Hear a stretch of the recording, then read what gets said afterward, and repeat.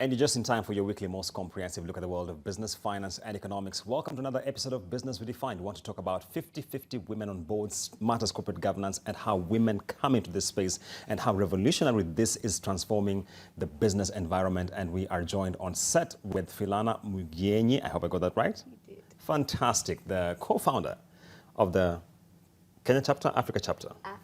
Africa chapter, fantastic. Yeah. And Monica Osheke is here with us from the Nation Media Group, COO. Karibu sana. Asante sana. Glad to have you on set. Yeah, it's been a while. Philana, let me start with you. Many of us might not be familiar with 50-50 women on boards. What is it? Why is it critical? Thank you. 50-50 Women on Boards is a global not-for-profit. It's a 501c organization. It's headquartered in Los Angeles.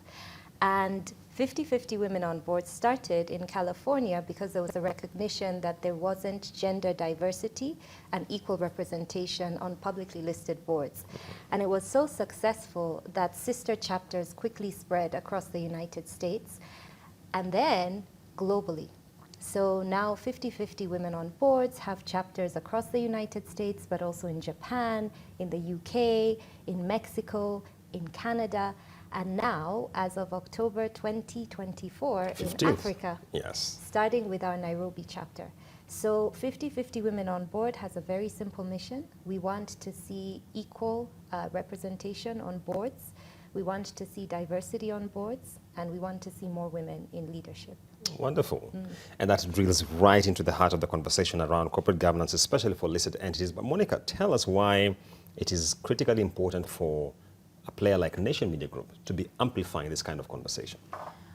I think someone said in 2024 we shouldn't be talking about the place of women in leadership, and whether that leadership is at exco level or is at board level.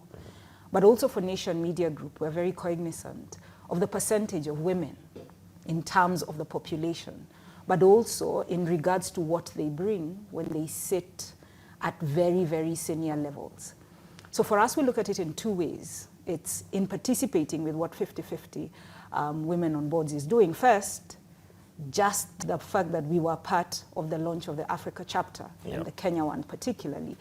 But using ourselves as a media of Africa for Africa is the amplification not only of the work that 50-50 is going to be doing, but also in looking at it as part of our content creation process, where the stories we can tell in terms of the contribution of women, but also in the contribution of people who support women. So we then see this as something that allows us, as an enabler that allows us to deliver on our strategy to be more inclusive, but also to be able to expand, not just within Kenya, but across the continent. So that for us is really important. Okay. Philana, I was pleasantly surprised when I was doing my background around this conversation that Africa is actually leading in this metric of women on boards at about 25%, I think, vis-a-vis a global average of, I think, about 18. Where do we stand as a continent as far as this goes? So you're right. Africa is doing better than average, and obviously a lot better than other regions like the Middle East, where I think female representation is something like 2 or 3%. So we're doing really well. The challenge is, even though we're doing well, the gap is still too big. You know, I'll take a step back and just say, with 50-50 Women on Boards, the chapters outside of Africa focused on women getting positions on listed boards. And while we do have listed companies in Kenya and across Africa, the reality is there's so many other spheres where women still need to be in positions of leadership. Private companies, SMEs, faith-based organizations, government bodies. We still see a lack of diversity there. And so for the Africa chapter, we're looking not just at getting women on listed boards, but also all boards. And 25% is great because we're doing better than others, but 25 is still not 50. And as Monica pointed out, women make up 51% of Kenya's population. So if you're going to have a situation where half of the population are not equally represented in boards where decisions are being made that are going to impact them or that they are going to be responsible for implementing, you're going to end up with lopsided or, inequitable outcomes. So yes, we're doing better than most, but we're still not at 50. And we'll only be happy, or things will only be great when we hit that 50. And when we're in a situation where we don't need organizations like 50-50 anymore, because it will be a given that we need to have board diversity, and a woman is just as qualified, has just as much potential, has just as much to give as a man. Okay. Right. And Monica, we are talking about we are at 25 doing better than average, but still a lot of headroom to go here. As we look at the runway to 50, what are some of the intervention measures which you think players like NMG could play in catalyzing this transition? First, and that's what for us was great about the partnership with 50-50, it's capacity building. Yeah. A lot of times when people hear we want more women on boards, they just think place the women on the boards. As a token. As a token. Right. First, we're not looking at tokenism, No. to be very, very clear. First, there's qualified women out there. Yeah. But how do they also get to the surface for people to understand? There's qualified women, and therefore there's women they can tap into to put into the boards. But the second one is also building capacity and ensuring that the women understand how do they go about getting into boards, what do they need, what networks do they need. So one of the things that's for us, and just to mention that our mission remains to influence society positively. So into contributing to increasing the diversity on boards or at managerial positions across the continent, then it helps us to serve our mission. But further is to say, we can then sit back and say, there's women who have better capacity to determine how they can participate in nation building in whatever level, whether it's at government, whether it's at policy level, at whatever level. But because that capacity has been facilitated by the partnership between 50-50 and the Nation Media Group, then that makes that something very important for us. Okay. And Monica, let me stay with you for a while. There are those who have held the view that in the present environment, which many have defined as crisis-laden, we have moved from Russia, Ukraine, COVID-19 and the spillovers. We have seen a lot more focus on the elevation of women to these positions of leadership in a manner that might not be well-intentioned. Yeah. Do you feel that the present operating environment has sort of tweaked the global focus to maybe we can actually put women in these positions, knowing full well the stacks they're up against? Now, first, women deal with crisis every single day. Thank you. Yeah. We're set up for dealing deal with with crisis. it. Yeah. While it may not have been appreciated before, it doesn't matter the time it comes for that appreciation. The appreciation should have been earlier. But literally, putting women in positions of where they can have influence because there's a crisis going on doesn't really matter. What matters is that we have capacity to deal with those crises. Yeah. So whether we are looking at it from a point of what they call the glass cliff, where everything is failing and therefore fix a woman, the woman can fix it. Now, if she doesn't fix it, it should never be because she was a woman. Yeah. Right. And I keep saying if she doesn't fix it, it's because the organizations weren't ready for the methods for which the woman was recommending to fix. Okay. So I think we must also be very careful as women, not to say this is a crisis and therefore I will not get involved. It's to say, okay, it's a crisis. This is what I bring to the table to facilitate sorting out this crisis. So what I want is to be at the table. And I think that's how we are viewing it. But again, I go back to the capacity building. So that even when you look at the glass cliff, you look at it from a place of opportunity, not a place of, oh my God, let me run away from this one. But I mean, once in a while you'll run away from it. There has to be, there has to be logic about it. And also, one thing is, it's all well and good to bring a woman to handle a crisis. We are actually uniquely, biologically placed to handle crises. Yeah. But what the conversation should shift to is why can't we have women at the table to prevent the crisis? Because More one forward-looking. thing, right, because one thing women are really good at is risk assessment. Boards that have more women tend to take more calculated risks. They tend to have more sustainable businesses. They tend to prevent and weather crises more effectively than boards that are just predominantly men. And so instead of just pulling in the women when there's a crisis, we should have the women at the table to prevent that crisis. Yeah. And it's true that you see after major world events, after the end of the World War, we saw a huge influx of women in Western Europe and North America entering the workforce, helping with the war effort. That was very much appreciated, but after things got back to normal, the women were kind of pushed back into their households. After COVID, we saw a lot of the frontline workers were women, Yeah. and they were being looked at to help the entire world weather this huge pandemic. But now things have kind of started going back, and you see women retreating. So as Monica said, with women, we need to put ourselves forward. But I think there needs to be a shift from crisis management to crisis prevention. And women have an important role to play there. Fantastic point there. Let me stay with you, Philana, now. What is the place of the regulatory environment in the conversation we are having around 50-50? So one thing about Africa, and part of the reason why we have much better than average statistics, is a lot of countries in Africa have legislation in place, particularly for public boards, government boards that require a certain percentage of female representation. In Los Angeles, when 50-50 started, one of their biggest successes was lobbying the California legislature to pass similar laws and regulations. Yeah. I think that in Kenya and in Africa, there's still a lot of space for regulators to do more to encourage the demand side for women on boards. Yeah. If we look at the Nairobi Securities Exchange, there are ways they can shape that environment for the companies that are listed. One initiative that 50-50 do in the US is for every city, they publish statistics on, gender diversity on listed companies. Yeah.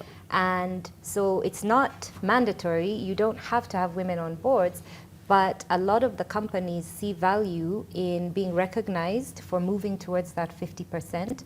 And also the companies that don't, sometimes they do face the consequences of that. Yeah. So it's not something that the regulator is enforcing, but it's something they can influence. That could be something we could look at in Africa, in Nairobi, for example. Okay. But the biggest thing, I think, is more the mind shift. Regulators have an important role to play, but it's really those companies. If you have a company like Nation Media Group who are walking the walk, they're talking the talk, they're supporting organizations like 50-50, they do have women in senior leadership like Monica. They are trying to, bring up the pipeline of women. That is creating the demand side. And that's something that I think companies need to look to and commit to. Okay. Monica, you wanted to come in on that point? Yeah, I do, and I think while the regulators are great in this process, it shouldn't be a regulatory issue in 2024. It's actually an issue because women are good for business. Yes. Women manage money better. Women are more suited for preventing crises or dealing with crises. So in 2024, while the regulatory processes are great because they then have to be complied with, They're simply an enabler. they're simply an enabler. And Yeah. what should happen with businesses is businesses should see if 51% of our population is women, then having equal representation on the table at those women at various levels across the businesses, irregardless of what happens, then that becomes a key thing that organizations should look like. And going forward, it shouldn't be about the regulatory process. Right. It should be more that this is the right thing to do, and this thing serves business sustainability. Okay. Monica, let me stay with you because there are many who are watching and they're wondering, this conversation you're having fits right in the ambit of the ESG conversation you've been having, especially on the governance side. How do they become partners in this sort of a conversation, in this process, in this transition that we're talking about? Okay, so first, it's exciting for us because a Kenya chapter has launched. Yeah. So first and foremost, there's already an opportunity created through the co-founders, and Philana is here, for people to have a local chapter where things can start being built upon. I think second is then finding where 50-50 is. It's available on social media, it's available across various platforms. But then there's the further conversation of participating. Yeah. So it's not just in finding information, it's also in participating. And one of the things that Nation Media Group becomes a very important person in the ecosystem of just this whole thing is then we are able to amplify the voice of 50-50 and then guide people to where they can find more information, how they can register, where they can find all these things. And then there'll be a whole rollout that comes as part of this just whole rollout of 50-50. Yeah. But again, for me, the excitement is when you look at Nation Media Group as media of Africa for Africa, Kenya becomes where we've started, but then the opportunity across the continent is massive, and we're able to exploit that. All right. Philana, wanted to add there or?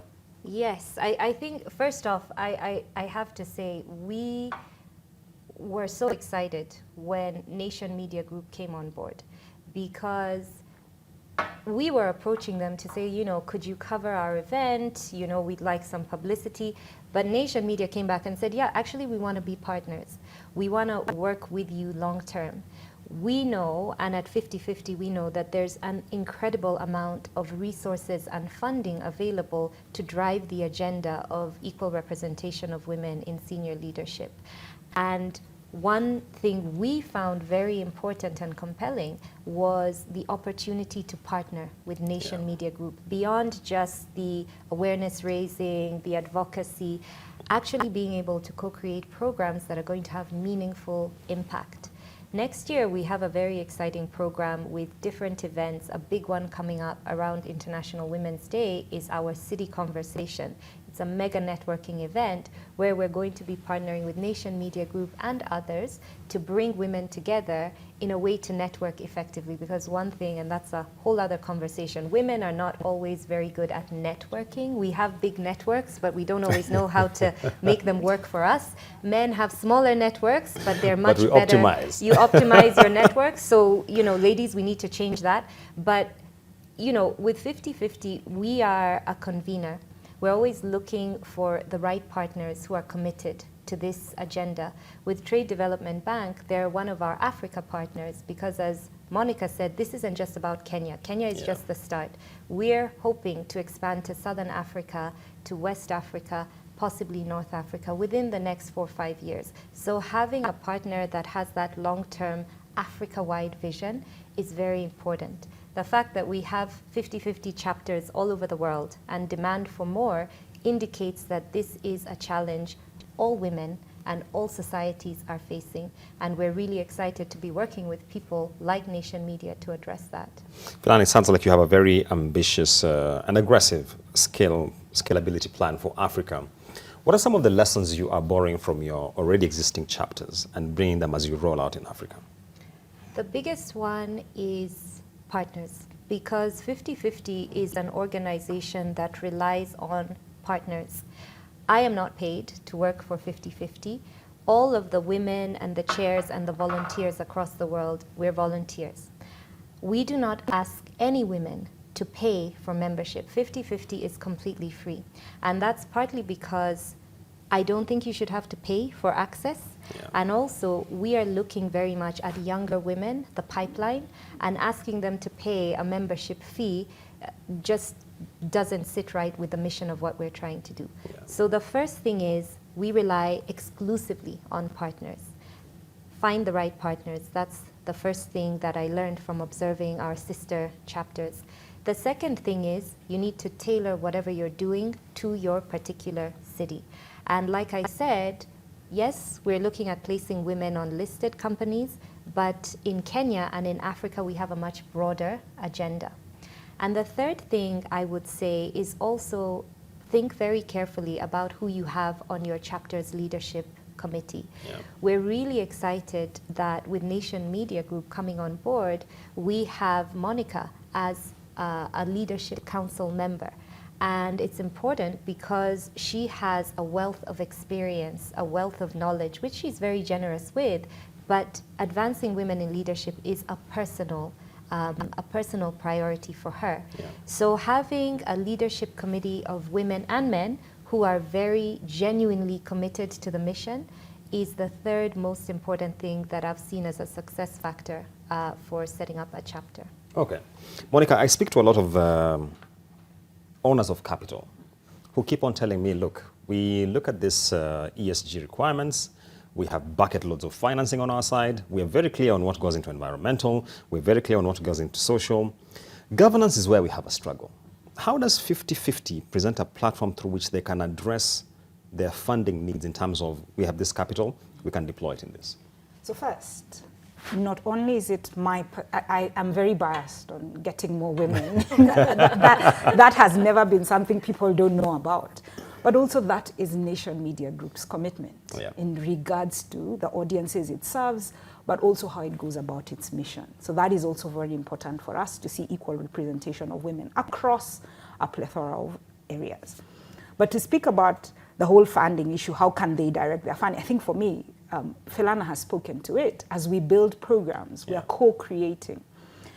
Just removing that barrier of access, that I don't have money to be able to join a professional forum where I can be built from a capacity point of view, that is an important thing. And so there's access.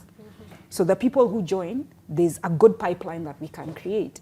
And so organizations can then look at that first as an entry point. Now, when you're capacity building, then whatever organization you are, you can be able to say, this is how I have set up my business to enable you. Yep. So the first thing is, as Philana says, is to find the right partners who are passionate about this cause. Because this cause is personal, then it becomes business. After that is then to co-create the programs based on the nuances of the continent, which is something that is also very, very important. After co-creating the programs is to get the women in and then to use the women to say, this is how we are capacity building. And as a partner, if you have something that works for the women, then that's okay. But our primary role is to ensure that they are ready for these opportunities at whatever time they present themselves. And let me also insist, because a lot of times we have these conversations, then people say, you guys just want to ignore the men. Like, no, men are great allies. Yeah. Because men are also currently the ones who are holding the 75%. Right. So while we're talking about wanting an extra 25%, within that 75%, there are allies who are critical in looking at 50-50 and determining that this is a good vehicle for them to use to capacity build, but also to tap talent from. So that's how we also look at the flip side in regards to the men. All right. Philana, is there, how do I ask this question? Is there a sectoral approach to this? And why I'm asking that is because there are sectors where predominantly we see the male presence. Are you giving them a different focus from the rest, or how are you designing this? We are not sector specific, we're not industry specific. Every boardroom needs women on it, irrespective, because women participate in every sector of society.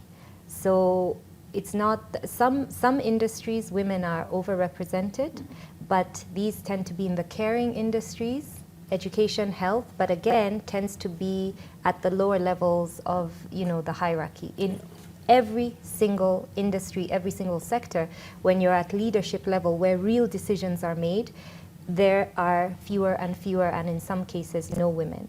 So this is not about a particular industry. It's not about a particular sector. We need women at every board table. And having women at those tables will improve your business, whatever sector you're at, and also will improve your governance.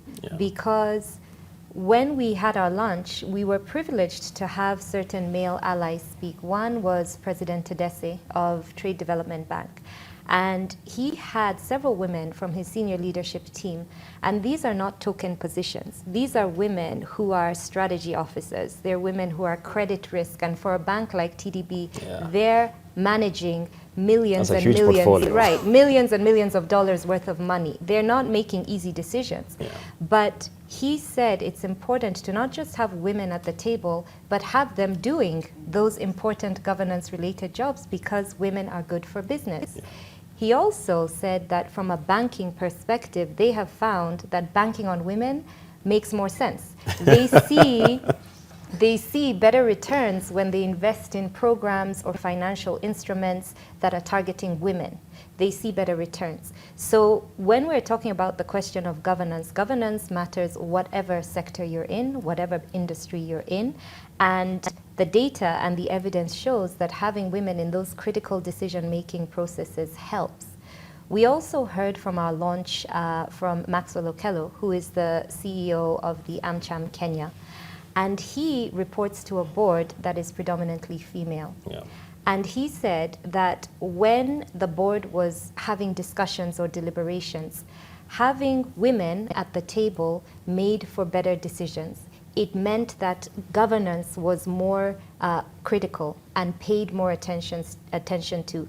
He indicated that when the mission of the organization was being taken into account, the women were better at bringing the table back to that. So if companies or businesses are struggling with governance and you want to know where you should invest to strengthen your governance, women, it's a no-brainer. Yeah, women are good for business, women are good for governance. And as a last point, I will say, if you look at even from a political perspective, the countries during COVID that had female leadership tended to have better outcomes. We saw less people dying. We saw more robust policies and processes put in place. And these were countries that were being steered by female leadership. Yeah. So if you care about governance, get more women on your board.